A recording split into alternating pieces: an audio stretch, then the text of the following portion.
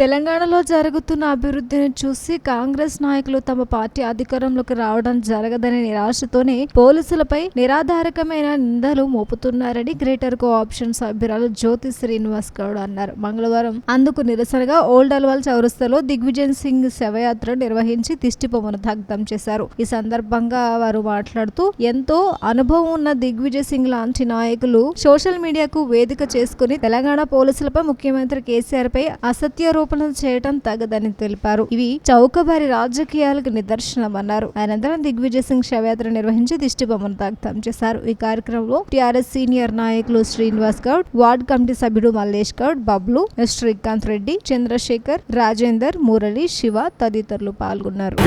దిగ్విజయ్ సింగ్ గారు ఏదైతే ట్విట్టర్లో పెట్టారో అది అసత్యము. మరి కాంగ్రెస్ పీరియడ్లో ఉగ్రవాదులు ఉండరా లేక మన తెలంగాణ వచ్చిన తర్వాత ఉగ్రవాదులు పెరిగిరా ఆయన తెలుసుకొని మాట్లాడాలి. కాంగ్రెస్ పార్టీలో ఉన్నప్పుడు పాకిస్తాన్లో ఉగ్రవాదులే, ఆంధ్రప్రదేశ్లో ఉగ్రవాదులే, ఎక్కడ చూసినా ఉగ్రవాదులే. పాత బస్సులు ఎప్పుడు పడితే అప్పుడే ఉగ్రవాదులు ఉంటుండే. ఇప్పుడు తెలంగాణ వచ్చిన తర్వాత పోలీస్ శాఖ అన్ని పవర్స్ ఇచ్చి కేసీఆర్ ముఖ్యమంత్రి గారు ఎవ్వరు కూడా మరి డైవర్ట్ కాకుండా పిల్లలైనా చదువుకున్న పిల్లలైనా ఎవరైనా డైవర్ట్ కాకుండా మంచి ఉద్యోగాలు కల్పిస్తున్నాము. మరి అన్ని వసతులు కల్పిస్తున్నాము తెలంగాణ ప్రాంతంలో.